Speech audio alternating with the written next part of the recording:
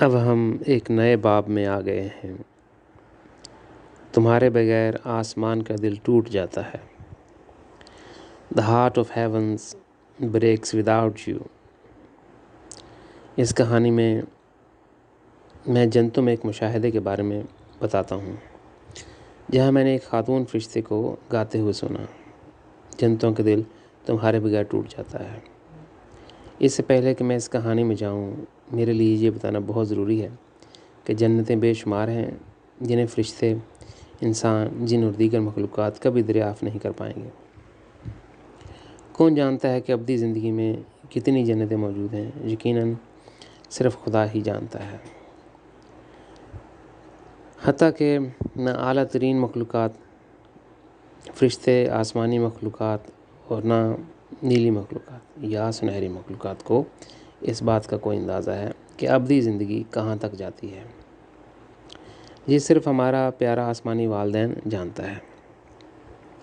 جب خدا اپنی تمام مخلوقات کے لیے ظاہر ہو جائے گا تو ہمارے خالق کے علاوہ کوئی بھی پیشین گوئی نہیں کر سکتا۔ وہ صحیح وقت جانتا ہے اور اس کے مطابق وہ طے کرتا ہے کہ وہ کب متعلقہ جنتوں میں داخل ہوگا یا ان سے کب ملے گا۔ لیکن اس کا مطلب یہ بھی ہے کہ ہر مخلوق اور ہر موجود ہستی خود اپنے خالق سے ملاقات کے وقت کو متاثر نہیں کر سکتے اور نہ ہی اس کی پیشین گوئی کر سکتے ہیں، صرف اس صورت میں جب خدا مستقبل کے لیے اس کا نام لے گا یا اس کا وعدہ کرے گا اور ان تخلیقات اور مخلوقات کے لیے ایک مرئی خدا کے طور پر ظاہر ہوگا۔ یہ ایک اہم پہلو ہے۔ بہت سے انبیاء اور رسول اس کی وجہ سے گزر گئے کیونکہ انہوں نے اپنے مقرر کردہ وقت پر خدا سے ملنے پر اصرار کیا۔ بہت سے جہان، فردوس کے بہت سے دائرے اور بہت سی جنتیں بھی اپنے لیے وقت کا تعین کرنا چاہتے تھے اور پھر بھی خدا متوقع طریقے سے ظاہر نہیں ہوا۔ معجزات سے بڑھ کر معجزے ہیں، مظاہر سے بڑھ کر مظاہر ہیں، لیکن ان سب کی خاصیت ہر تخلیق میں ہے، چاہے وہ فردوس ہو یا ان گنت جنتوں میں۔ جب خدا ان سے ملتا ہے اور ظاہر ہو جاتا ہے، یہ ایک وجہ ہے جو خدا نے مجھے دکھائی ہے۔ 40 سالوں میں اس نے مجھے بار بار کہا، میں تم سے ملوں گا جب مجھے لگتا ہے کہ اس کے لیے صحیح وقت آئے گا۔ دلچسپ اور حیرت انگیز بات یہ ہے کہ خدا مجھ سے بچپن میں ہی ملا تھا۔ اس وقت نہ تو کوئی تیاری تھی اور نہ ہی کوئی بنیاد جو میں نے رکھی تھی۔ صرف ایک چیز جو میں نے کی تھی وہ یہ تھی کہ میں خدا کے لیے ترس رہا تھا۔ میرا دل اپنے خالق کے لیے دھڑک رہا تھا اور اس کے لیے کھل گیا تھا۔ پھر کافی دیر تک مجھے خدا کے واپس آنے کا انتظار کرنا پڑا۔ اس عرصے میں مجھے ایک ایک کر کے کئی صلیبیں اٹھانی پڑیں، بہت سی تاریک راتیں آئیں اور بہت سے چیلنجز بھی آئے۔ میرے لیے یہ امید باقی تھی کہ ایک دن میں ہمیشہ کے لیے خدا سے ملوں گا اور اپنے دل اور روح میں اس کے ساتھ بس جاؤں گا۔ یہ اب زندگی بھر کے سفر میں بدل گیا ہے جو میں نے ایک چھوٹے بچے کے طور پر شروع کیا تھا اور اب ایک بوڑھا شخص میں بدل گیا ہے۔ یہ سفر اب بھی جاری ہے۔ اتنا عرصہ گزرنے کے بعد بھی میں جب چاہوں یا اس کی تڑپ یا کسی طرح تصور میں بھی خدا سے نہیں مل سکتا۔ یہ سب سے بڑا جھوٹ ہوگا اگر میں یہ کہوں کہ میں جب چاہوں خدا سے ملتا ہوں۔ خدا مجھ سے اس وقت ملتا ہے جب وہ دیکھتا ہے کہ وقت آ گیا ہے، یا یوں کہہ لیں کہ جب یہ وقت ملاقات کے لیے تیار یا موزوں ہے۔ جرمن میں ہم کہتے ہیں وقت کے لیے تیار ہے، وقت اس کے لیے تیار ہے۔ لیکن ہم اپنی زندگی میں کیا کر سکتے ہیں؟ میں نے اپنی زندگی میں بار بار زور دیا، خدا سے محبت کرنا اس کے ساتھ بسنے کے لیے کافی نہیں ہے۔ یہ خیال کہ خدا کی محبت کافی ہے ایک بے بنیاد نظریہ سے زیادہ اور کچھ نہیں۔ دوسری طرف ہم حقیقت میں ایک عملی بنیاد رکھتے ہیں جب ہم اس کی تخلیق سے، خاص طور پر اپنے ساتھیوں سے، جیسے خدا ان سے اور ہم سے پیار کرتا ہے۔ اگر ہم اس سلسلے میں بڑھیں گے تو ہمارے دلوں میں بے شمار دریچے کھل جائیں گے، جن میں سے ہر ایک کے پاس واقعی صرف ایک دل ہے، تاکہ ہم خدا جیسا بن سکیں۔ کہنے کے لیے ہمیں خدا جیسا بننا چاہیے، اس کا مطلب یہ ہے کہ ہماری محبت اتنی بڑھ جاتی ہے کہ وہ محبت تمام ابدی مخلوق کو اپنا سکتی ہے۔ اس لیے خدا نے مجھ سے کہا، محبت سب سے بڑا اور سب سے عظیم تحفہ ہے جو میں کسی کو دیتا ہوں۔ سوال صرف یہ ہے کہ کون اتنا اہل ہے کہ اس شاندار تحفے کو قبول کر سکے۔ یہ صرف ان لوگوں کے لیے ممکن ہوگا جو تمام مخلوق کے لیے اور بحیثیت انسان اپنے ساتھیوں کے لیے سب سے زیادہ ہمدردی رکھتے ہیں۔ جرمن میں ہم ایک ہی سانس میں رحم اور ہمدردی کے الفاظ اکثر سنتے ہیں۔ جب رحم اور ہمدردی ہوتی ہے تو ہم تمام بنی نوع انسان کو ایک خاندان کے طور پر قبول کرنے کے لیے روحانی بنیاد ڈالتے ہیں۔ ایسا شخص یا وجود وہ ہے جسے خدا کا سب سے قیمتی تحفہ اس کی محبت ملتی ہے۔ اپنی ایک دوسری کہانی میں نے محبت کا موازنہ گھوڑے سے کیا۔ جو سوار اس گھوڑے پر بیٹھے گا وہی سب سے زیادہ ترس کھاتا ہے۔ وہ اکیلا ہی اس گھوڑے کی رہنمائی اور رہبری کرنے پر قادر ہے۔ اس کی چابی ہر ایک کے لیے، اپنے پڑوسیوں اور مخلوق کے لیے ان کی ہمدردی میں ہے۔ اس وقت محبت کا سفر شروع ہوتا ہے، لہٰذا مخلوق کے بہت سے حصوں میں خدا کا مشاہدہ کرنا یا جنتوں کے بہت سے حصوں میں اس کے ساتھ مشترکہ سفر نے مجھے چیزوں کو دیکھنے کے لیے بڑھنے میں مدد کی، جیسے کہ خدا چاہتا ہے کہ میں انہیں دیکھوں۔ یہ خدا کی گہری خواہش ہے کہ بنی نوع انسان جس طرح سنتا ہے اس طرح سنے، چیزوں کو اس طرح دیکھے جیسے وہ دیکھتا ہے، وہ محبت کی خوشبو کو دور سے پہچانے اور باقی تمام خوشبوؤں میں اس کی انفرادیت کو پہچان کر اسے اپنا حصہ بنا سکے۔ وہ چاہتا ہے کہ وہ جیسے لوگ محبت کو اس کے ذائقے سے پہچانیں۔ اس کا دل خدا کی مخلوق کے لیے دھڑکنا چاہیے۔ اس کا مطلب ہے جب ہم اجتماعیت ٹوٹیلٹی کے بارے میں بات کرتے ہیں، ہمیں ویسا بن جانا چاہیے جیسا کہ خدا ہے، اس کی تمام تخلیقات کو اپنانے کے قابل ہے۔ یہ ہمارے لیے اس میں داخل ہونے کی چابی ہوگی، خواہ ابدیت کی بہت سی نئی تخلیقات میں کوئی بھی ہو۔ جائز سوال یہ پیدا ہوتا ہے کہ کیا ہماری محبت کبھی اس قدر کامل ہو سکتی ہے کہ ہم زمین پر ہر دوسری مخلوق میں داخل ہونے کے لیے اہل ہوں اور وہاں ہمارا استقبال کیا جائے؟ جواب بہت تکلیف دہ ہے۔ میرے لیے خدا نے کہا، تم نہ صرف اس زمین کے لیے بلکہ پوری ابدی زندگی کے لیے مسیحا ہو۔ تم محض اس سے بڑھ کر میرا دل ہو، کیونکہ تم ہمیشہ کے لیے میرے دل کے دیگر تمام باطنی ابدی تخلیقات کی نمائندگی کرو گے۔ مجھے بے شمار تخلیقات کے ذریعے اپنے سفر میں بہت سے مشاہدات اور تجربات حاصل کرنے کا اعزاز حاصل ہوا، اور پھر بھی میں اپنی حد تک پہنچتا رہتا ہوں۔ اس لیے یہ یقینی ہے کہ روحانی رہنمائی کا عمل جاری رہتا ہے، کیونکہ یہ ابدی زندگی کے لیے بہت سے نئے دریچے کھولنے کا واحد راستہ ہے۔ تو ہم اس زندگی میں کیا کر سکتے ہیں؟ ہم اگلی زندگی کے لیے اپنی روح کی بنیاد بنا سکتے ہیں۔ جب ہمارا جسم یہاں مر جائے گا، ہمیں روحانی زندگی میں آگے بڑھنے کے قابل ہونے کے لیے اپنی طاقت میں سب کچھ کرنا چاہیے۔ نتیجہ ظاہر ہے، خدا کی تلاش کے لیے ایک زندگی کافی نہیں ہے، اسے جاننے کے لیے ایک زندگی کافی نہیں ہے، ایک زندگی خدا کے ساتھ بسنے کے لیے کافی نہیں ہے۔ اس سب کے لیے ایک لامحدود جاری عمل کی ضرورت درکار ہے۔ اب میں ایک جنت میں اپنے مشاہدے کی طرف آتا ہوں جس میں میں داخل ہوا تھا۔ میں نے ہمیشہ کہا کہ خدا نیلی اور سنہری جنتوں میں نظر آتا ہے۔ یہ جنتیں خوش قسمت ہیں کہ انہوں نے خدا کو سنا، اس کو دیکھا اور اپنے خالق کے ساتھ تجربہ کیا، اور پھر بھی یہ لمحات جن میں وہ خدا سے ملتے ہیں وہ صرف مختصر ہوتے ہیں اور ان کے لیے تقریباً عارضی ہوتے ہیں، یہاں تک کہ کوہ مکاں کے وقفے میں بھی وہ خدا کو اس قدر یاد کرتے ہیں کہ خدا کے ساتھ قیمتی اور حیرت انگیز وقت پلک جھپکتے ہی گزر جاتا ہے اور وہ نہیں جانتے کہ وہ اپنے محبوب خالق کو کب دیکھیں گے۔ جنتوں میں موجود مخلوقات کے حالات کے مقابلے میں لوگوں کا حال بالکل مختلف ہے۔ زمین پر ہمارا خدا کے ساتھ ایک بڑا مسئلہ ہے۔ ہم ہر چیز پر قبضہ کرنا چاہتے ہیں اور خدا کے وجود کی ضرورت کو ختم کرنا چاہتے ہیں۔ جب خدا کے نام یا اس کے بارے میں موضوع آتا ہے تو لوگ زیادہ تر منفی جذبات رکھتے ہیں۔ وہ خدا کے بارے میں بات کرنا ناپسند کرتے ہیں۔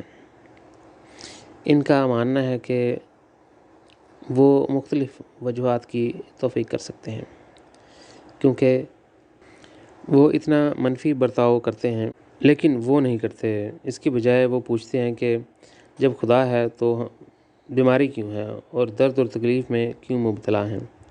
اگر خدا واقعی انہیں اس سے بچا سکتا ہے، تاہم وہ واضح جواب کے ساتھ نہیں آتے ہیں۔ ہم وہ ہیں جو بہت پہلے خدا کو بھول چکے ہیں اور چھوڑ چکے ہیں۔ ہم خدا کے بغیر زندگی گزارنے کو ترجیح دیتے ہیں۔ لہٰذا خدا نے انسانوں کے بارے میں کہا، یہ دنیا میری نہیں ہے۔ انسانوں نے مجھے اپنی زندگی سے نکال دیا، یہاں تک کہ یہ میری زمین تھی۔ اس نے مجھے اپنی تخلیق سے نکال دیا۔ میں نے انسانوں کو دل دیا، میرے لیے اسے کھولنے کی بجائے انہوں نے اسے بری طرح سے بند کر دیا، صرف یہ یقینی بنانے کے لیے کہ میں وہاں داخل نہ ہوں۔ ہم انسان ہی ارد گرد کی تباہی کی وجہ ہیں۔ اپنی بدقسمتی کے ذمہ دار ہم اکیلے ہیں، لیکن انسان اسے اس طرح نہیں دیکھتا۔ وہ خوشیوں اور مسرتوں سے بھری زندگی کی توقع کرتے ہیں، لیکن ان کی دنیاوی زندگی میں خدا کے لیے کوئی جگہ نہیں ہے۔ جیسے ہی کچھ ہوتا ہے، وہ کسی کو الزام دینے کے لیے ڈھونڈتے ہیں اور پوچھتے ہیں خدا کہاں ہے۔ ان حالات کے پیش نظر آپ کو مندرجہ ذیل جائز اعتراض ضرور اٹھانا چاہیے۔ جب آپ اپنی خود غرض زندگی میں شعوری طور پر ہر غلط قدم اٹھا رہے ہیں، لالچ، تکبر اور خود غرضی کو اپنی رہنمائی کرنے دے رہے ہیں، اور جب آپ کو کوئی مسئلہ نہ ہو تو آپ اس طرح کے فضول سوالات کو سنجیدگی سے کیسے پوچھ سکتے ہیں؟ دوسرے لوگوں کو گالی دے رہے ہیں، آپ خدا سے کیسے مانگ سکتے ہیں یا اسے قربانی کا بکرا بنا سکتے ہیں، جبکہ آپ صرف پہچان، دنیاوی خوشحالی اور مال کے لیے کوشش کر رہے ہیں؟ جب کوئی حادثہ ہو جائے تو منہ سے خدا کا نام لینے کا گمان بھی کیسے کر سکتے ہیں؟ آپ پوری طرح دنیا پر انحصار کرتے ہیں اور اسی وجہ سے اپنے وجود کے کاکروچ کا شکار ہو گئے ہیں۔ اس میں خدا کی کوئی جگہ نہیں ہے اور آپ اس کو سمجھنے سے قاصر ہیں۔ اور ان جنتوں کا کیا ہوگا جو خدا سے کئی بار ملے اور اس احساس کے ساتھ چلے گئے کہ صرف چند لمحات ہیں اور اس کے بعد خدا اب تک دوبارہ ظاہر نہیں ہوا ہوگا؟ ہم اس کا ایک دوسرے سے موازنہ نہیں کر سکتے کیونکہ ہم اپنی دنیاوی خواہشات کا شکار ہیں۔ ایک مماثلت کو پہلے ہی مسترد کر دیا گیا ہے کیونکہ ہم روحانی طور پر نابینا ہیں اور کوئی حادثہ اور کوئی روحانی ترقی نہیں دکھا سکتے۔ جب میں نے جنتوں کا سفر کیا تو میں نے حیرت انگیز طور پر سیکھا کہ میں نے جو کچھ بھی زمین پر کیا تھا اس کے ساتھ میں نے سب سے پہلے اپنے لیے روحانی زندگی کی بنیاد رکھی۔ اس بات کو جاری رکھنے سے پہلے میں آپ کو یہاں ایک مثال دیتا ہوں۔ وہ وقت میں جو میں نے اپنے روحانی باپ پیر و مرشد کے ساتھ گزارا، اس نے مجھے ایک کہانی سنائی۔ جب وہ ہندوستان میں رہا تو اس نے خدا کی طرف سے ایک خواب دیکھا۔ خدا نے اسے کہا، ہندوستان میں رہو، یہاں مستقبل میں مذاہب کی آزادی ہوگی۔ اس نے دیکھا کہ فرشتے فردوس میں محبت کا محل اور ایک یادگار بنا رہے ہیں۔ اس نے ان سے پوچھا کہ یہ کس کا ہے؟ انہوں نے جواب دیا، ایک شخص ہے جو تصوف میں آیا ہے، اس کے لیے ہم یہ کر رہے ہیں۔ 1947 میں برصغیر پاک و ہند کو آزاد ریاستوں میں تقسیم کر دیا گیا کیونکہ مذہبی تنازعات ناقابل تسخیر کشیدگی کا باعث بنے۔ خدا نے میرے روحانی والد پیر و مرشد کو مشورہ دیا تھا کہ وہ ہندوستان میں رہے اور پاکستان نہ جائے، تاہم اس نے خدا کی آواز نہیں سنی کیونکہ وہ اپنے جیون ساتھی، خاندان، رشتہ داروں اور ارد گرد کے ماحول سے محبت کرتا تھا۔ اس نے پوچھا کہ تم اسلام سے محبت نہیں کرتے؟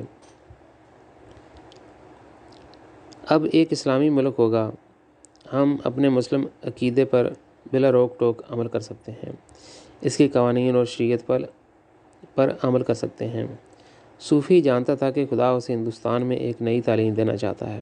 بدقسمتی سے اس نے سب سے پہلے غلطی کی کیونکہ اس نے دوسرے لوگوں کو متاثر کیا۔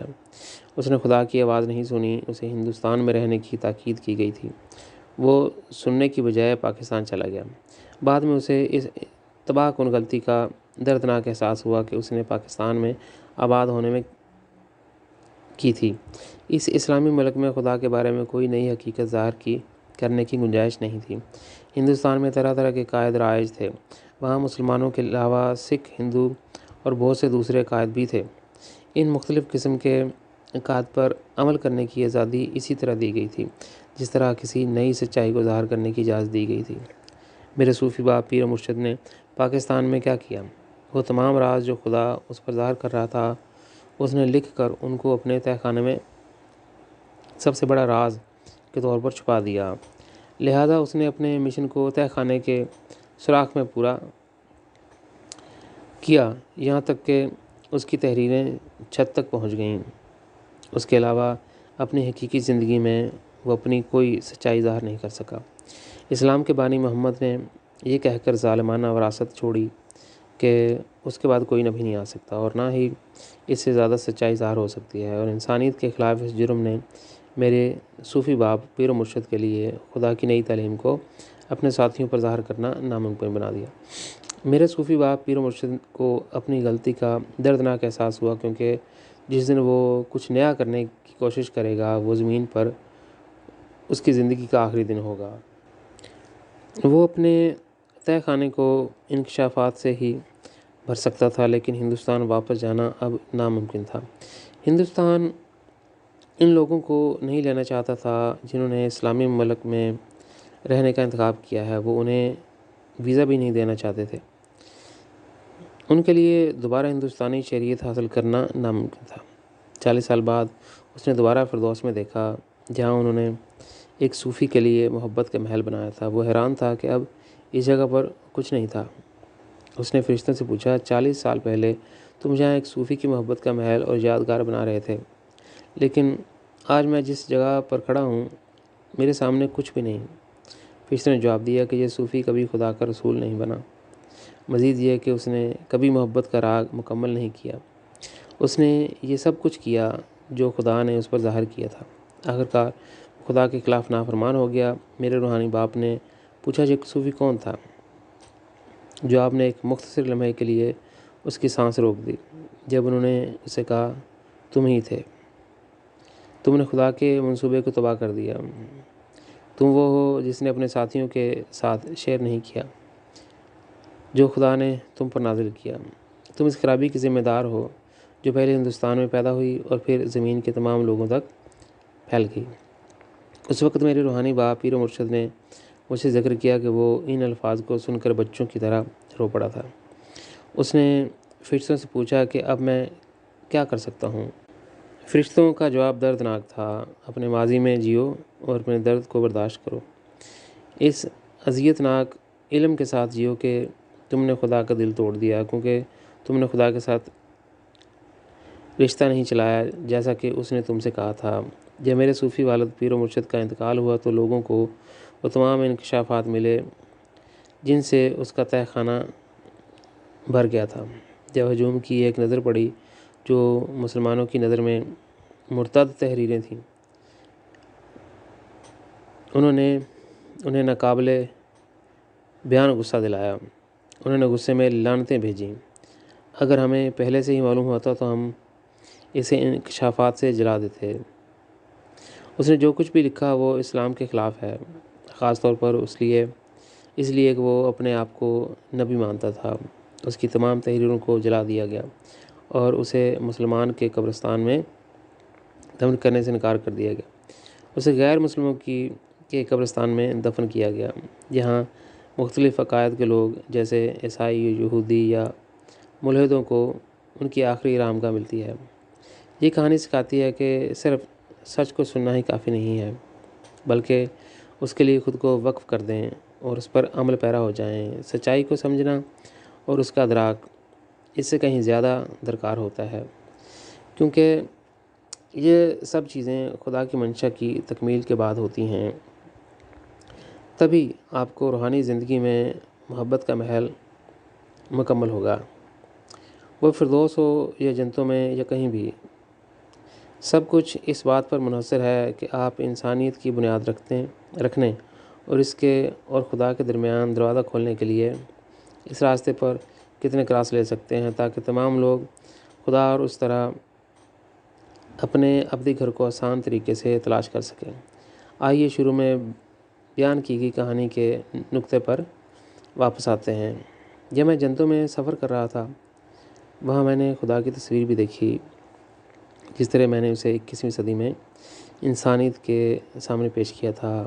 وہاں سے کچھ دور ایک شاندار محل بنا ہوا تھا، جس میں خدا کا گھر لکھا ہوا تھا۔ خدا کی تصویر اس کے ارد گرد کی ہر چیز پر چھائی ہوئی تھی۔ شاندار پہاڑ کی طرح بلند یہ ہر چیز سے اوپر چمک رہا تھا۔ ایک آسمانی عورت ہستی ایک گیت گا رہی تھی، جس سے میرا دل چیخنے لگا۔ بے شک خدا کی یہ تصویر زندہ تھی، یہ مسلسل اپنے رنگ بدل رہی تھی۔ ایک ہم آہنگ رنگ کی تبدیلی دوسرے کے بعد چلتی جا رہی تھی۔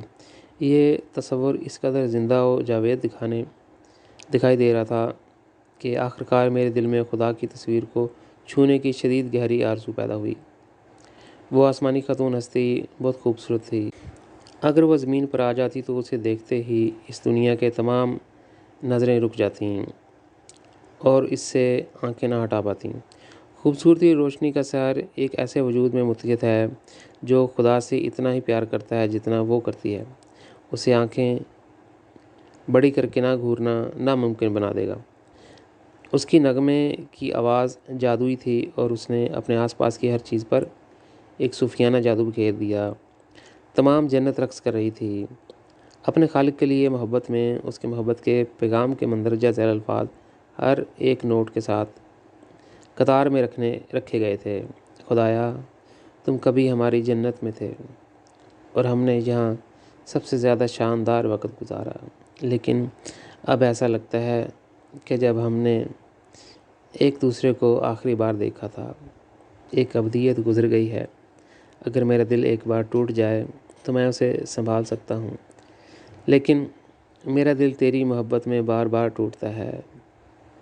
اے میرے پیارے باپ، جب تو ہماری جنت میں تھا تو تمہاری آنکھوں میں آنسو کیوں تھے؟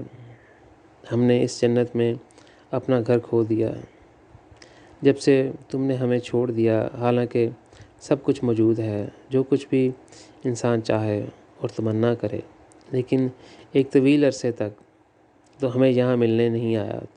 تو ہمیں یہاں ملنے نہیں آیا، اور پھر بھی تیری آنسوؤں سے بھری نگاہوں کی یاد مجھے حیرت میں ڈال دیتی ہے کہ تم ہماری جنت کی آخری تشریف آوری پر کیوں روئے تھے۔ اے سب سے پیارے ابدی خدا، اپنے آنسو دکھا کر تم نے ہمیں کیا سکھانا چاہا؟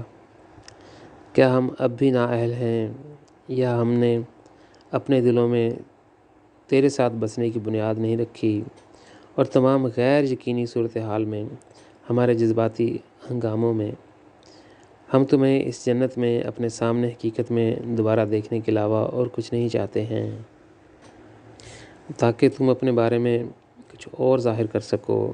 دراصل ہم ہی ہیں جو شکار بنے اور ٹوٹے دل کے مجسم ہیں۔ یہ ہمیں بتاتا ہے کہ ہم تیری محبت میں روحانی طور پر بڑھ نہیں سکے۔ جس طرح تو نے ہم سے پوچھا تھا، کیا یہی وجہ تھی جو تیری آنکھوں میں آنسو تھے؟ تو نے ہمیں وہ سب کچھ دیا ہے جو ہم اس جنت میں چاہتے ہیں۔ اس سے پہلے کہ ہماری خواہش ہمارے ہونٹوں پر آ جائے، سب کچھ موجود ہے، لیکن تیرے بغیر سب کچھ خالی ہے۔ تیرے بغیر ہم تقریباً ناقابل برداشت تنہائی میں گھرے ہوئے ہیں۔ تیرے بغیر ہم نے اپنے دلوں کا سکون کھو دیا ہے۔ ہماری آرزو میں ہم اس لمحے کے بارے میں سوچتے ہیں جب تو ہمارے ساتھ تھا، کیونکہ وہاں ہمیں اپنے دل کو سکون ملا۔ پہلی بار ہر دل چیخ رہا تھا کہ اس لمحے میں اپنی منزل مل گئی ہے، اور اب ہم پھر ان آخری ایام کا انتظار کر رہے ہیں جو تیرے ظہور کا اعلان کرتا ہے، لیکن ہم نہیں جانتے کہ وہ ایام آخر کب شروع ہوں گے، تاکہ تم ہمیں اپنے ساتھ اس طویل انتظار کے لمحے کو دوبارہ عطا کر سکو۔ کوئی نہیں جانتا کہ ہم کب تک تمہاری روح کے چہرے کو دوبارہ دیکھ پائیں گے۔ ہم تمہیں یاد کر رہے ہیں کیونکہ تمہارے بغیر کوئی خوشی مکمل نہیں ہوتی۔ ہمارے دلوں میں سکون، خوشی اور لامتناہی محبت نہیں ہے۔ جب تم چلے گئے تو سب کچھ ساتھ لے گئے، صرف کچھ نشان باقی رہ گئے جو ہم نے تم سے حاصل کیے تھے۔ تیرے نشانات نے خود کو ہمارے دل کی گہرائیوں میں جلا دیا ہے، اور اب اسے تیرے لیے ہم سے کہیں زیادہ محبت میں بھڑکنے دیں۔ اے خدا، اے ابدی خالق، جب بھی تو نے آنسو بانٹے تب نہ صرف ہماری پوری جنت بلکہ ساری ابدی زندگی پیار سے پکار رہی تھی۔ ہمیں ڈر ہے کہ کہیں ایک دن ان مخلوقات کو چھوڑ نہ دے، پھر سب کچھ تباہ و برباد ہو جائے گا۔ ابدی زندگی میں اس میں سے کچھ بھی باقی نہیں رہے گا، لہٰذا ہم تجھے واپس آنے کے لیے درخواست کرتے ہیں۔ اے خدا، تم ہمارے پیارے والدین ہو، تم واقعی ایک ہی ہو۔ تم بیک وقت ہماری ماں اور باپ، والدین ہو۔ تم واحد حقیقی خدا ہو۔ ایک بار پھر ہمارے لیے زندگی کے پانی کی تکمیل بن جاؤ، ہماری پیاس بجھا دو، ہماری بھوک مٹا دو۔ جب ہم تجھے دیکھیں گے تو سب ہمارا حصہ بن جائے۔ جیسے ہی یہ نغمہ اس جنت کی وسعت سے گونج رہا تھا، میرا دل ہر لفظ کے ساتھ تھوڑا سا مزید ٹوٹ گیا، یہاں تک کہ وہ میرے سینے میں دو حصوں میں دھڑک گیا۔ کئی بار پرفتن آواز سے مجھے ایسا لگا جیسے میں اپنے حواس کھو بیٹھوں گا۔ اس کے تصوف نے مجھے مکمل طور پر اپنے سحر میں لے لیا۔ بعد میں نے اس آسمانی عورت ہستی سے پوچھا، یہ محل خدا کا گھر اور یہ خوبصورت اور جو تصویر میں نے بنائی ہے، کیا تمہارے پاس یہ پہلے کبھی موجود تھے؟ اس نے جواب دیا، نہیں، ہم صرف مقروض ہیں۔ تم نے زمین پر اپنے کاموں سے یہ سچ کر دکھایا۔ اپنے دل کی گہرائیوں سے اس جنت کی مخلوقات تمہاری بہت شکر گزار ہیں۔ تم نے ہمیں اپنی آنکھوں سے خدا کی تصویر کھینچنے کا طویل انتظار کرنے کے بعد یہ موقع دیا ہے تاکہ ہم اسے اپنے دلوں میں اتار سکیں۔ تم ہی وجہ ہو کہ خدا کی تصویر ہماری آنکھوں میں نہیں پھسلتی۔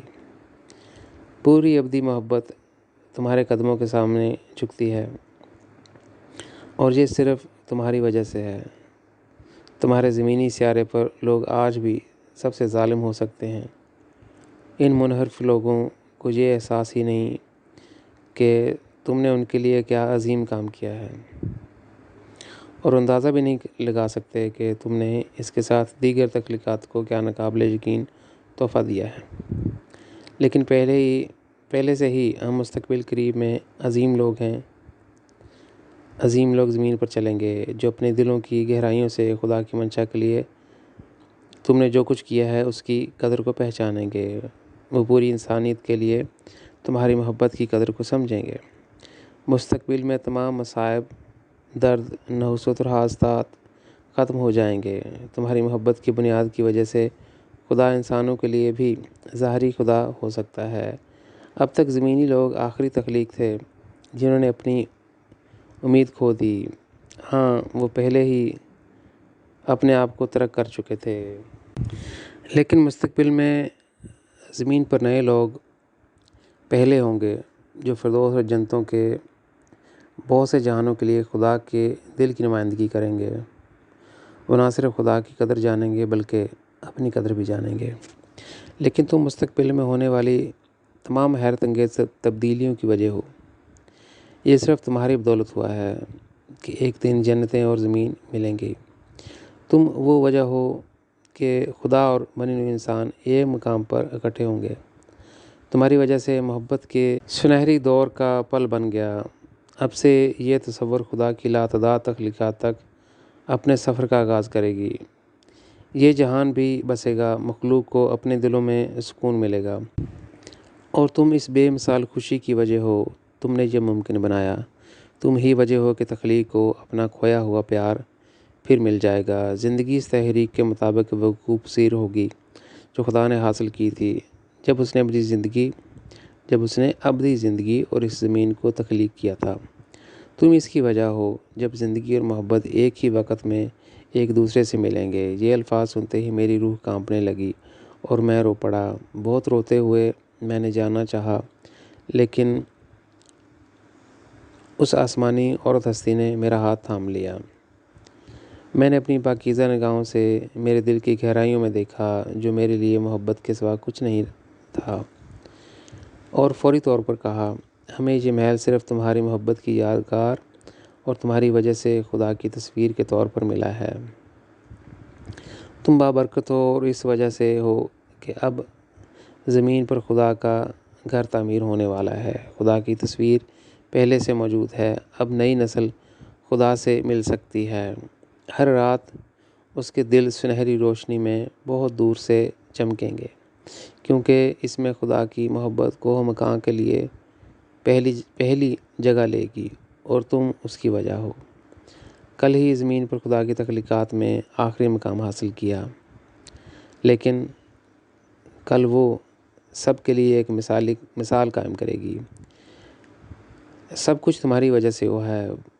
وہ جتنا زیادہ مجھ سے بات کرتی، میں اتنا ہی زیادہ روتا، کیونکہ میں اس سب کی وجہ کیسے بن سکتا تھا۔ میں ہمیشہ جانتا ہوں کہ خدا ہی وجہ ہے کہ ہم سب جی رہے ہیں۔ ہم جانتے ہیں کہ زندگی کی ہر شکل خدا پر مبنی ہے، کیونکہ زندگی اس کی محبت کے ذریعے وجود میں آئی۔ اور اب میں نے کیا سنا؟ جنتو نے کہا کہ میں اس شاندار مستقبل کا سبب ہوں۔ میں نے اس آسمانی عورت ہستی کی طرف افسوس سے دیکھا اور اس سے پوچھا، تم یہ کیوں کہتی ہو کہ میں ان سب چیزوں کی وجہ ہوں؟ یہ آسمانی عورت ہستی میرے قریب آئی اور کہنے لگی، مجھے تمہاری آنکھوں کو چومنے دو، کیونکہ میں زندہ خدا کو ان میں سفر کرتے ہوئے دیکھ سکتی ہوں۔ کیا تم واقعی مجھ سے پوچھ رہے ہو کہ تم تمام خوبصورت قسمت کی وجہ کیوں ہو؟ تمہارے بغیر یہ خوش قسمتی کبھی بھی جنتوں، ابدی زندگی اور زمین پر آباد نہ ہوتی۔ تم اس کی وجہ ہو کہ تم خدا کے دل بن گئے ہو۔ خدا نے تمہاری تمام ابدی زندگی میں اس قابلیت کی گواہی دی کہ وہ اپنے دل کی نمائندگی کر سکے۔ اس کہانی نے مجھے بہت متاثر کیا۔ جب میری روح میرے جسم میں واپس آئی تو مجھے گھنٹوں آنسو بہانے پڑے۔ میں نے اپنے آپ سے پوچھا، کیا یہ سچ ہے؟ کیا یہ سب سچ ہے جو اس آسمانی عورت ہستی نے اس خوش قسمتی اور جنتوں کی خوش نصیبی کے بارے میں بتایا؟ اچانک میرا کمرہ غائب ہو گیا اور میں نے خدا کا مسکراتا ہوا چہرہ دیکھا۔ اس کی روشنی بس ایک ستارے کی طرح نمودار ہوئی جو قریب آ کر میرے سامنے کھل گئی۔ ہمارے خالق نے یہ کہنے سے پہلے میری آنکھوں اور پیشانی کو بوسہ دیا۔ یہ سب کچھ ہے جو اس نے کہا، تم ہی وجہ ہو کہ میں نے دل کھولا ہے، اور تم اس وجہ سے ہو کہ میں ابدی زندگی میں زیادہ سے زیادہ ظاہر کروں گا۔ تمہیں اس میں شک نہیں کرنا چاہیے۔ شاید تمہیں لگتا ہے کہ تم اتنے قیمتی شخص نہیں ہو، لیکن میری نظر میں، میرے دل میں تم وہ شخص ہو جس نے میری قدر کو سب سے زیادہ جانا۔ خدا غائب ہو گیا اور یہ مادی دنیا میرے کمرے میں واپس آ گئی۔ کچھ بھی نہیں۔ میں اس یکجہتی کے لیے کیا کر سکتا تھا؟ تو میں نے سر جھکا لیا اور آنسو بہائے۔ میں بے آواز تھا۔ مجھے نہیں معلوم تھا کہ خدا سے کیا کہوں، اور نہ ہی اس جنت سے۔ میرے پیارے قارئین، کیا اس کہانی نے آپ کے دل کو چھو لیا؟ پھر یہ آپ کو بہت دور لے جائے گا اور چند لمحوں کے لیے آپ کو اس مصروف دنیاوی مراٹھن سے باہر نکال دے گا۔ اگر یہ آپ کو دو آنسو بہانے کے قابل تھا تو میں آپ کے ساتھ یہ کہانی شیئر کرنے کا مستحق تھا۔ اب ہم ایک نئے باب میں آ گئے ہیں، خدا کی محبت کی تکمیل، the fulfillment of God's love۔ اکثر اوقات کی طرح میرے روحانی تجربات تقریباً 2 بجے میری آدھی رات کی نماز کے بعد شروع ہوئے۔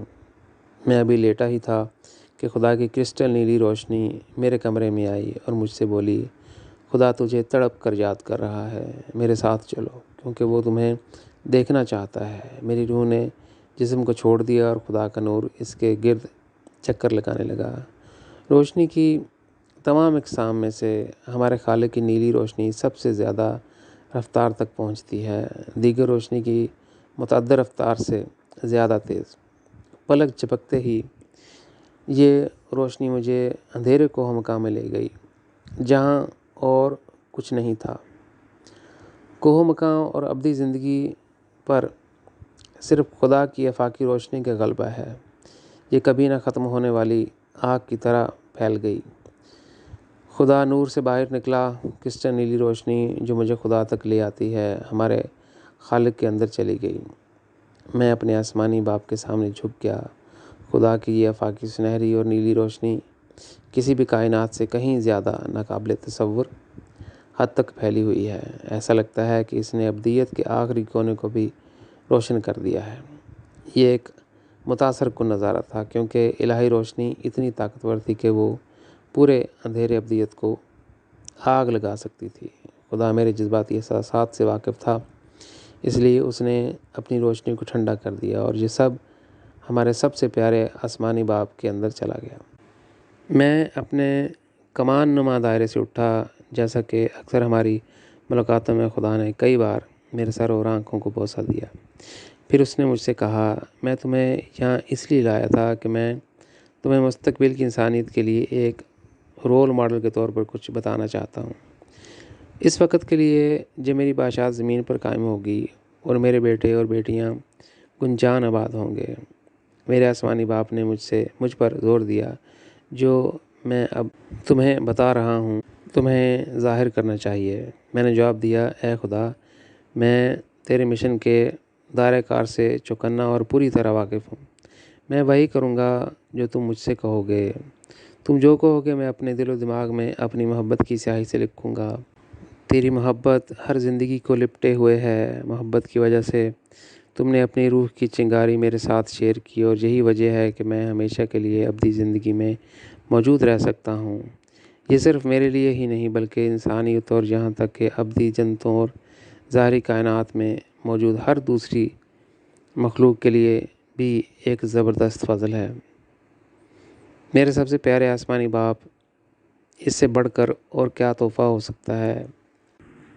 خدا نے اسبات میں سر ہلا دیا اور کہا، پھر جو کچھ تم مجھ سے سنتے ہو اسے لکھو۔ جو رحم اور ہمدردی محسوس نہیں کرتا وہ مجھ سے تعلق نہیں رکھتا۔ یہ جذبات اتنے شدید ہونے چاہئیں کہ انسان یا کسی اور مخلوق کے دکھ اور درد کو دیکھ کر خود کے پاؤں کو دوسروں کے جوتے میں محسوس کرو۔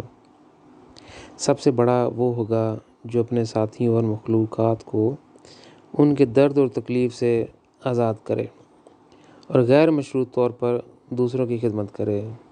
اس کے ساتھی اور دیگر تخلیقات ان میں ایک نمونہ دیکھ سکیں اور اس طرح وہ امید اور طاقت حاصل کر سکیں ایک بہتر مستقبل۔ اس کے علاوہ اس شخص کو اپنی محبت دوسروں کو دیتے رہنا ہے اور جو کچھ اس نے دیا ہے اسے بھول جانا ہے۔ اسے ایک ایسا شخص ہونا چاہیے جو دینے اور خود کو قربان کرنے والی فطرت کا حامل ہو، جو لوگوں اور میری تمام تخلیقات سے محبت کرتے ہوئے کبھی نہ تھکتا ہو۔ اس سے کوئی توقع باقی نہیں رہنی چاہیے۔ محبت کی خاطر دوسروں کو جو کچھ دیا گیا اس کے بدلے میں کسی بھی چیز کی خواہش کو چھوڑ دے۔ پھر جس شخص میری فطرت کو قبول کرے گا میری میراث میں ملے گا، میرے جیسا ہو جائے گا۔ خدا نے میری آنکھوں میں براہ راست دیکھا۔ اس سے پہلے کہ وہ بات کو جاری رکھے، میرے جیسا بننے کے لیے تمہارے اندر اپنے ساتھیوں اور مخلوق کے لیے کم از کم والدین کا دل ہونا چاہیے۔ کسی کو کم از کم دوسروں سے اس طرح پیار کرنے کے قابل ہونا چاہیے جس طرح والدین اپنے بچوں سے پیار کرتے ہیں۔ یہ کم از کم ہے جس کی میں توقع کرتا ہوں۔ اگر کوئی میری طرح بننے کی کوشش کرتا ہے تو اسے اس مقام تک پہنچانا چاہیے جہاں میری تمام تخلیقات کے لیے والدین کی محبت کسی کے دل میں بس جائے۔ صرف اسی طریقے سے کوئی میری فطرت کو قبول کر سکتا ہے اور میری تمام تخلیقات کے لیے میری محبت کا ذریعہ بن سکتا ہے۔ اس سے محبت کرو جیسا کہ میں کرتا ہوں، تو وہ اس کی گہری قدر کو جان لے گا اور تخلیق کو میری آنکھوں سے دیکھنا شروع کر دے گا۔ تمام مخلوقات، بالخصوص اپنے ساتھیوں سے کہو کہ اگر ان کی یہ خواہش ہے کہ میری محبت ان میں بسے تو وہ اس وقت تک جاگیں جب تک وہ اپنے جسم کے ساتھ زمین پر رہتے ہیں۔ وہ صبح 2 بجے اپنے بستر سے میرے لیے اٹھیں، کیونکہ میرے بغیر ان کی راتیں بے چین ہوں گی۔ مجھ سے ان کی دعا میں وہ پھر پوچھیں کہ میری محبت ان میں بس جائے، لیکن یہ خواہش ان کے اندر کھلنی چاہیے، کیونکہ یہ میری تخلیق اور اپنے ساتھیوں سے میری محبت کرنا چاہتے ہیں۔ میں صرف ایسے شخص کو ہی اپنی محبت دوں گا، اسے اپنے دل و دماغ کا حصہ بننے دوں گا۔ تمہیں میری محبت سے کتنا حصہ حاصل ہوتا ہے، اس کا انحصار تمہاری اپنی سنجیدگی اور میری مخلوق اور تمہارے ارد گرد کے دوسرے لوگوں کی خدمت میں تمہاری اپنی عقیدت کی مہربانی اور اچھائی پر منحصر ہے۔ اس طرح وہ مجھے اور زیادہ گہرائی سے جان لے گا۔ جب کوئی اپنی نشوونما کے اس مقام پر پہنچے گا تو میں اسے بہت سی ابدی سلطنتوں، کئی گنا روحانی جنتوں اور بہت سی دوسری ظاہری مخلوقات سے اور ان کے باشندوں سے ملواؤں گا۔ ان سب کو دیکھنے سے کسی کی روحانی نشوونما کی حوصلہ افزائی، تیزی اور توسیع ہوگی۔ اس طرح کوئی مجھ سے محبت میں کامل ہو جاتا ہے۔ ہمارے دل ایک ہی تال پر دھڑکیں گے اور محسوس کریں گے۔ میرے پیارے آسمانی باپ نے کہ الفاظ میرا حصہ بن گئے۔ میرے حواس میں سے ہر ایک متجسس تھا اور میں نے زور دے کر کہا، ہاں اے باپ، میں نے سنا ہے۔ میں اپنے ساتھیوں کے ساتھ سب کچھ شیئر کروں گا اور ابدی زندگی میں جہاں بھی جاؤں گا، کیونکہ تم نے مجھ سے اپنے دل کی نمائندگی کرنے کو کہا۔ پھر خدا نے اصرار کیا، مزید لکھو۔ اگر تم میرے دل کے سب سے بڑے الہی رازوں کو جاننا چاہتے ہو تو ایسے شخص کا دل اس زندگی میں اور ابدی زندگی میں بڑھنا چاہیے جیسا کہ یہ زاہد میرے اور میری مخلوق کے لیے اور تمہارے اپنے اندر دھڑکتا ہے۔ بہت حیا کے ساتھ میں نے اسے کہا، یہ کافی ہے۔ اگر یہ شخص تم سے محبت کرتا ہے، بس جو میں تمہیں بتاتا ہوں وہ لکھ لو۔ خدا کا غصہ بھرا جواب تھا، لہٰذا میں نے اسے لکھ دیا، لیکن میں پھر سے پریشان تھا کہ انسان مستقبل میں کچھ اور تشریح کر سکتا ہے۔ خدا نے بلا روک ٹوک بات کو جاری رکھا، ظاہری اور باطنی زندگی کی تمام مخلوقات سے، ابدی روحانی جنتوں میں ہر جگہ جہاں تک زندگی پہنچ سکتی ہے، کہو اگر کوئی تخلیق یا کوئی مخلوق میری محبت کی تمنا کرتی ہے تو اس کے لائق ثابت کرنے کے لیے میری محبت سے وہ بھی میرے دل سے پیار کریں، میرے ذائع سے۔ میں مزید پیچھے نہ رہ سکا اور خدا کو ان الفاظ کے ساتھ روکا، خداوند مجھے بھول جاؤ، میں درمیانی نقطہ میں نہیں رہنا چاہتا۔ لیکن خدا نے ثابت قدمی سے جواب دیا، جو میں نے کہا لکھ لو۔ مجھے لگا کہ اصرار جاری رکھنا ناامید ہے اور اس لیے میں خاموش رہا۔ خدا نے عزم کے ساتھ بات کو جاری رکھا، ہر مخلوق اور ہر جنت پہ ظاہر کرو کہ میں نے تمہیں اپنے ابدی دل کے طور پر پکارا ہے۔ نئی ابدیتیں ہوں گی اور وہاں بھی میں اعلان کروں گا کہ تم میرا اپنا دل ہو۔ جس چیز نے مجھے پریشان اور افسردہ کیا وہ دوبارہ مجھ سے الگ ہونا چاہتا تھا، لیکن میرے ہونٹوں نے میرے حلق سے کوئی آواز نہیں نکلنے دی۔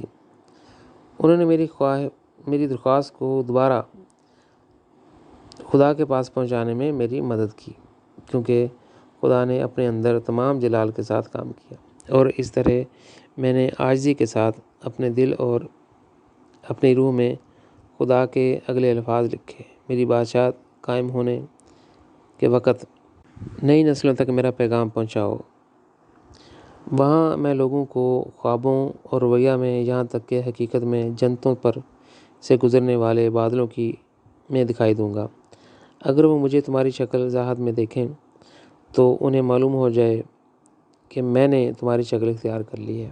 ایک بار پھر میں نے کہا، آسمانی باپ، براہ کرم مجھے روکنے کے لیے مجھے معاف کر دے، لیکن مجھے اس درمیانی پوزیشن میں مت رکھ۔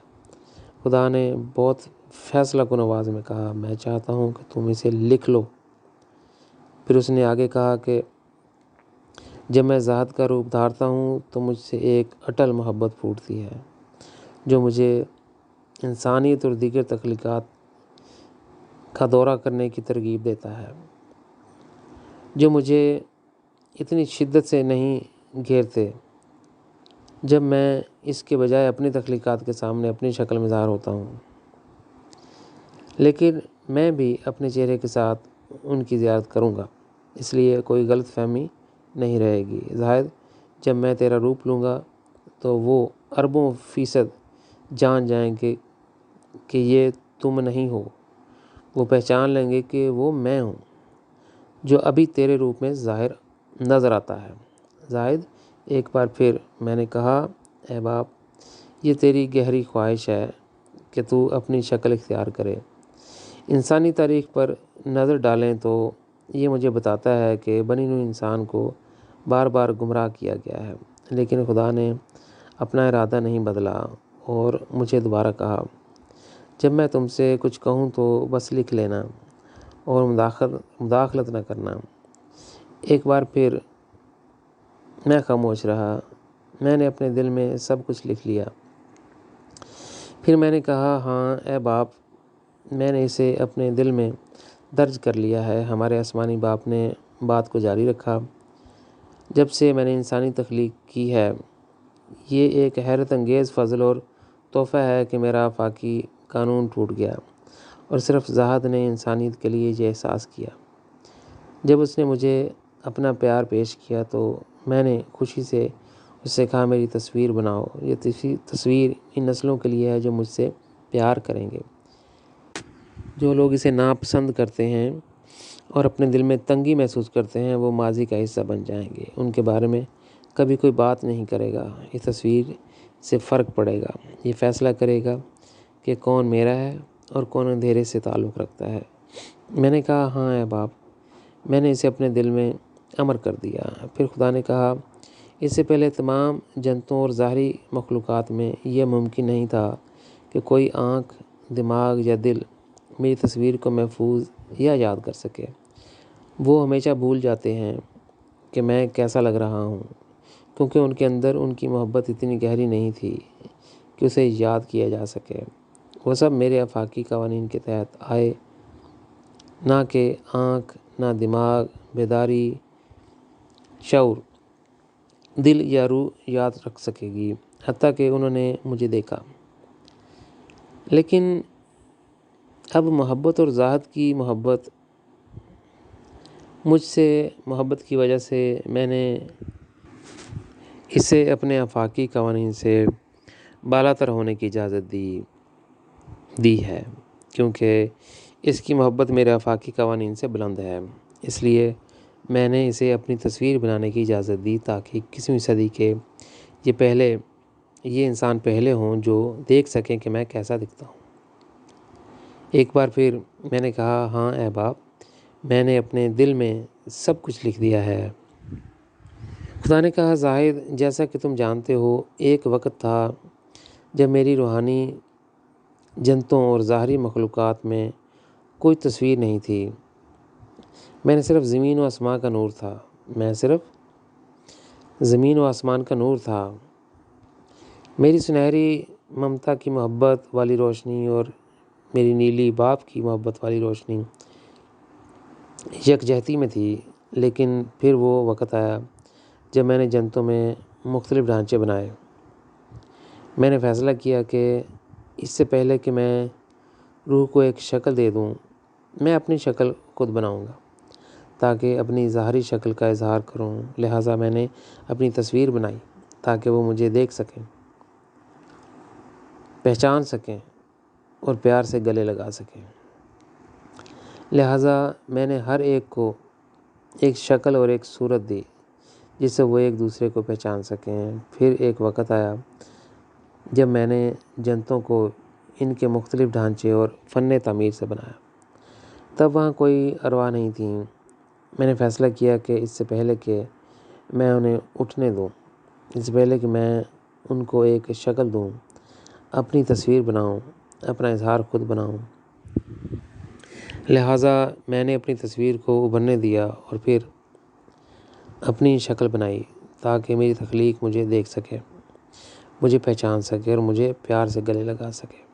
میں نے جواب دیا، ہاں احباب، یہ بھی میرے دل اور روح میں امر ہے۔ پھر ہمارے آسمانی باپ نے بات کو جاری رکھا، زاہد نے مجھ سے اتنی گہری محبت کی ہے، اس کا اظہار کرنے کا کوئی طریقہ نہیں ہے۔ اس کی محبت میرے لیے سمندر سے گہری اور شہد سے زیادہ میٹھی ہے۔ میں اس کے دل میں رہتا ہوں، میں اس میں کھلتا ہوں۔ اس کا دل ازل سے مشابہ ہے اور اس میں نے خود کو بے خودی میں کھو دیا ہے، اور اس طرح میں اس سے اجازت طلب کرتا ہوں کہ وہ مجھے اپنے پیار کے لامحدود باغ سے دوبارہ باہر جانے دے۔ ایسی محبت وہ مجھے پیش کرتا ہے۔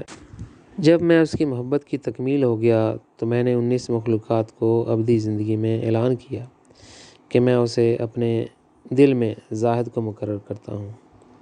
میں نے ان سے کہا کہ وہ جنتوں کی تمام مخلوقات کے سامنے اور تمام ابد تک یہ اعلان کریں کہ میں خالق اس سے اپنے پورے دل، اپنی پوری جان اور جو کچھ میرے پاس ہے اور جو کچھ میری تعریف کرتا ہے اس سے محبت کرتا ہوں اور اسے میرا دل ہونا منتخب کیا ہے۔ ظاہری اور روحانی زندگی کی تمام مخلوقات کو بھی اس سے محبت کرنی چاہیے۔ جو اس سے سب سے زیادہ پیار کرتا ہے وہ میرے سب سے زیادہ قریب ہوگا۔ میں نے پھر سے کچھ کہنے کے لیے ہونٹ کھولے۔ میں صرف اتنا کہہ سکتا تھا، اے باپ، خدا نے مجھے روکا۔ مجھے کتنی بار تمہیں خاموش رہنے اور صرف یہ سب لکھنے کے لیے کہنا پڑے گا؟ کیا تم ابدی زندگی کے مستقبل کو جانتے ہو؟ میں نے اقرار کیا، نہیں باپ، میں نہیں جانتا۔ کیا تم انسانوں کا مستقبل جانتے ہو؟ نہیں ہے باپ، میں نہیں جانتا، میں یہ بھی نہیں جانتا۔ مجھے تسلیم کرنا پڑے گا۔ کیا تم پوری ابدیت کا مستقبل جانتے ہو یا مستقبل میں جو کچھ بھی ہوگا؟ خدا کے سوالات نے مجھ پر بے تحاشا تیزی سے اور سختی سے حملہ کیا۔ مجھے جو جواب دینا تھا وہ نفی میں تھا۔ میرے پیارے آسمانی باپ نے غصے اور زور کے ساتھ بات کو جاری رکھا، پھر مجھے بار بار مت روکو۔ تمہیں بس اتنا لکھنا ہے کہ میں جو کہتا ہوں میں جانتا ہوں تم درمیانی نقطہ پر نہیں بننا چاہتے۔ تم فکر کرتے ہو کہ انسانیت اپنی محبت کو جو میری وجہ سے ہے اسے تمہاری طرف موڑ دے گی، نہ کہ صرف میری طرف، اور تمہیں بھول جائے گی۔ میں نے تمہیں یہ گارنٹی دی ہے میرے سب سے پیارے بیٹے زاہد کہ ایسا ہرگز نہیں ہوگا اور نہ ہی کبھی ہوگا، کیونکہ تم نے میری محبت اور میری پہچان کا اظہار کسی اور نے نہیں کیا ہے۔ یہ ناممکن ہوگا کہ ایسا ہو جائے اور کوئی غلط فہمی رہ جائے کہ بنی نوع انسان یا کوئی تخلیق تمہیں مرکزی مقام پر رکھے گی۔ میں نے اپنے سب سے پیارے آسمانی باپ سے معافی مانگی۔ خدا نے بہت پیار سے میرے سر پر ہاتھ رکھا، ہاتھ مارا اور اسے دوبارہ چوما۔ میں جانتا ہوں میرے بیٹے، میں جانتا ہوں کہ تم یہ نہیں چاہتے، تم الگ تھلگ رہنا چاہتے ہو، تم ایک نامعلوم شخص کی طرح رہنا چاہتے ہو، باقی سب کچھ تمہارے لیے اتنا اہم نہیں ہے۔ میں جانتا ہوں کہ تم میری محبت کے سوا کچھ نہیں چاہتے، اور پھر اس کے ساتھ میری یاد میں انسانیت کی کہ لامتناہی میدان میں ایک عام انسان کی طرح غائب ہو جانا چاہتے ہو۔ ہر وہ جگہ جہاں تم ہوگے مجھے یاد کرنے اور میری کمی محسوس کرنے کے لیے تمہارے لیے جنت بن جاتی ہے۔ میں تمہاری حالت سب سے بہتر جانتا ہوں، پھر کیوں پریشان ہو کہ تم کبھی میری بجائے مرکزی عہدہ سنبھال لو گے۔ میں نے جواب دیا، اے باپ، پتہ نہیں کیوں میرا دل تیری باتوں کے باوجود ہمیشہ بغاوت کرتا ہے اور ڈرتا ہے کہ کہیں ایسا کچھ نہ ہو۔ میں حیران ہوں کہ پھر تمہاری تخلیق کے ساتھ کون ظاہر ہوگا اور اس پر وہ چیزیں ظاہر کرے گا جیسا کہ میں نے ایک بار اعلان کیا تھا۔ کون بتائے گا کہ تم ہی واحد ہو جس میں ہر کوئی لامتناہی محبت، لازوال سکون، لازوال خوشی اور مسرت پا سکتا ہے؟ کون بتا سکتا ہے کہ تمہاری تخلیقات کو گواہی دے سکتا ہے کہ محبت کا ابدی چشمہ تم میں پیدا ہوتا ہے؟ اگر تم اپنا رخ موڑ کر ایک دن ابدیت کی وسعتوں میں غائب ہو جاؤ تو ہر ابدی زندگی اندھیرے ابدیت کے بلیک ہولز میں گر جائے گی۔ یہ اندازہ لگانے کے لیے کچھ بھی باقی نہیں رہے گا کہ اتنی بے شمار تخلیقات کبھی موجود تھیں۔ اے باپ، تم ہمارے ایک اور صرف ایک خدا ہو۔ تب خدا نے مجھے اپنی باہوں میں لیا اور کہا، میں تمہاری پریشانیوں کو جانتا ہوں۔ میں جانتا ہوں کہ تم کیا محسوس کرتے ہو اور تمہیں کتنا خوف ہے کہ شاید کوئی مخلوق تمہاری محبت میں گرفتار ہو جائے اور مجھے اس کے بارے میں بھول جائے۔ تو لکھو اور اپنے دل میں یاد رکھو کہ میں کیا کہنے جا رہا ہوں۔ ضائع میری محبت کی وجہ بنی جو تمام روحانی اور ظاہری تخلیقات کا مستقبل بدل دے گی۔ اس کی وجہ سے میں بنی نوع انسان کے مستقبل کی بھی تجدید کروں گا۔ ابدی زندگی میں کسی بھی تخلیق میں کوئی بدنصیبی نہیں آئے گی۔ زندگی میں نہ کوئی خوف اور غم ہوگا اور نہ ہی کچھ کھونے کی فکر ہوگی۔ میں تمام مخلوقات کا مستقبل بنوں گا۔ انسانیت سے کہو، کیا میں حاضر ہوں گا؟ یہ دنیا مستقبل قریب میں میری ہوگی۔ حادثات اور بیماریوں سے پاک لوگوں کو اب موت سے ڈرنا نہیں پڑے گا۔ ان پر کوئی مصیبت نہیں آئے گی کیونکہ میں اس دنیا میں موجود رہوں گا۔ میرا نور اس زمین کو پوری طرح منور کر دے گا اور اسے گھیر لے گا۔ پھر زمین پر بنی نوع انسان میرے بیٹوں اور بیٹیوں پر مشتمل ہوگی جو سب کے سب نبی بنیں گے اور میرے ساتھ زندہ تعلق رکھیں گے۔ پھر میرے ساتھ ایسی دنیا میں ان پر مصیبت کیوں کرا سکتی ہے؟ میں تمہیں ایک بات بتاؤں ضائع، میں تمہیں اپنے دل کی گہرائیوں میں خاموش ترین لمحات میں بھی یاد کروں گا۔ میرے دل کی تڑپتی آواز سن کر تیرے لیے، میری محبت کے لیے میری آنکھیں ابھر آتی ہیں، گویا آنسوؤں کے سوا کچھ نہیں۔ محبت کی خاطر اپنی دنیاوی زندگی قربان کرنے کے لیے میں تمہارا شکریہ کیسے ادا کروں؟ میں تمہارا دل کی گہرائیوں سے شکریہ ادا کرتا ہوں کہ تو نے مجھے انسانوں اور دیگر تخلیقات کے ساتھ مل کر رہنے کی بنیاد فراہم کی۔ اس لیے تم تمام مخلوقات اور جنتوں کے لیے حقیقی مسیحا ہو۔ اس لیے تم اس زمین سمیت تمام ابدی جنتوں اور مخلوقات کے لیے میرا دل ہو۔ بنی نوع انسان کو بتاؤ کہ میں نے محبت کی وجہ سے اس زمین کو اپنے حیرت انگیز فضل سے مقدس کیا ہے۔ اب سے اس کرۂ ارض پر ہر جگہ میری خدا کی یونیورسٹیاں قائم ہو رہی ہیں جن میں انسان میری سچائی کو گہرائی سے اور قریب سے محسوس کریں گے۔ وہ اپنے روحانی اندھے پن اور جہالت سے محروم ہو جاتے ہیں اور ان کے حواس میری محبت میں کھل جاتے ہیں۔ میرے خدا کے گھر ہر جگہ ہوں گے۔ وہاں میں اپنے آپ کو دکھاؤں گا، اپنے آپ کو اپنے بچوں پر ظاہر کروں گا۔ جب انسان مجھے دیکھیں گے تو اپنے دل میں اطمینان محسوس کریں گے۔ میں یونیورسٹیوں اور اپنے گھروں میں آ کر اپنے بیٹوں اور بیٹیوں سے ملوں گا، لیکن یہ سب کچھ اس لیے ہوتا ہے کہ زاہد نے یہ وعدہ مجھ سے محبت کی وجہ سے کیا تھا۔ میں نے اس سے قسم کھائی کہ میں اپنا چہرہ نہیں چھپاؤں گا، بلکہ اپنی مثالی دنیا میں، اپنی بادشاہت میں اپنے تمام بچوں کو دکھائی دوں گا۔